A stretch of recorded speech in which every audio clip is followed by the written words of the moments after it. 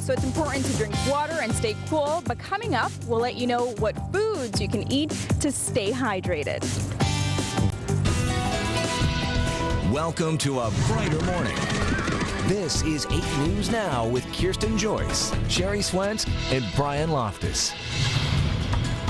You've been, warning us about that for a long, long time. Leading up to that, it is the key to staying safe during these hot temperatures, Brian. Yeah, and even though doctors and Sherry Swentz say you need to drink as much water as possible, it's not the only way to keep yourself cool. No, that's correct. Kieran Castro has some tips for what you should eat in these hot temps.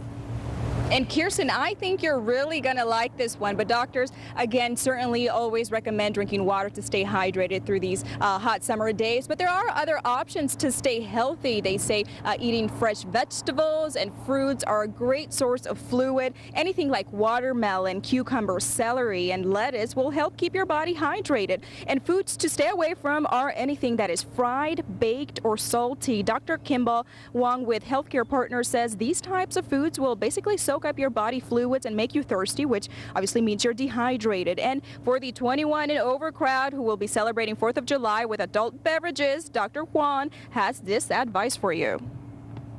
Keep in mind that alcohol is actually a diuretic agent, which means it actually makes you lose fluid more than gain fluid. So you're actually aggravating dehydration rather than helping maintain being hydrated.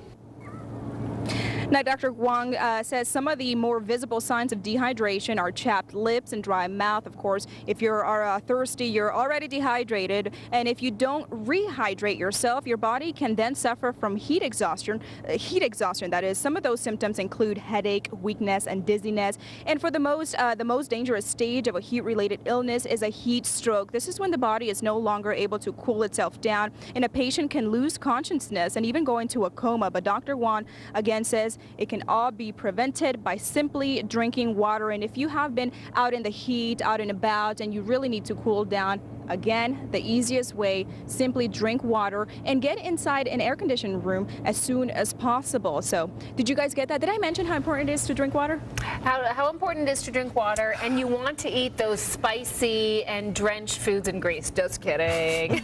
Maybe you had been hearing something different there.